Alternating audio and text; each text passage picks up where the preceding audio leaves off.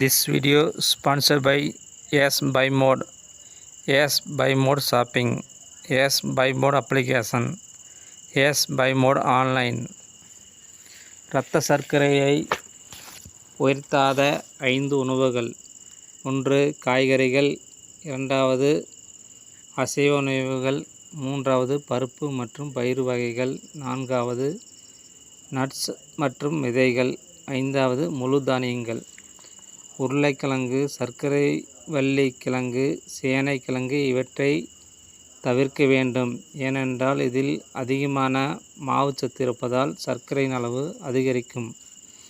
Carrot, beetroot இவற்றை பச்சையாக சாப்பிடுவது மிகவும் நன்று. இவற்றை வேக வைத்து சாப்பிடுவது, குறைவாக எடுத்துக்கொள்வது நல்லது. சுரைக்காய், புடலங்காய், வெள்ளரி இவற்றை அதிக அளவில் எடுத்துக்கொள்வது நல்லது.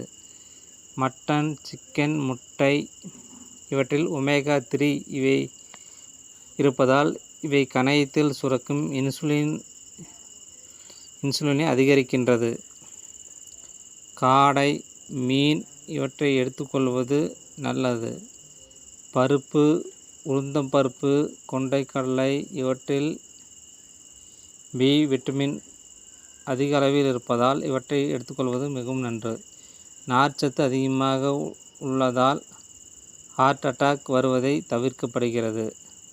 நட்ஸ் அண்ட் சீட்ஸ் அதிக அளவில் எடுத்துக்கொள்வது மிகவும் நன்று. பாதாம், முழு தானியங்கள், கோதுமை, அரிசி இவற்றை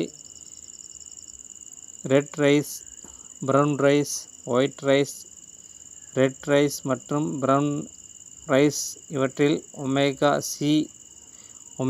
6 அதிக அளவில் எடுத்துக்கொள்வது நல்லது. கோதுமை இதனை முழு கோதுமையாக எடுத்துக்கொண்டு வேக வைத்து உடைத்து குருணையாக சாப்பிடுவதால் குறைவான கார்போஹைட்ரேட் உள்ளதால் அரிசி சாதம் சாப்பிடும் பொழுது பாதியாக காய்கறிகளை சேர்த்து சாப்பிடுவதால் நம் உடலில் சர்க்கரையின் அளவு குறைவாக எடுத்துக்கொள்கிறது.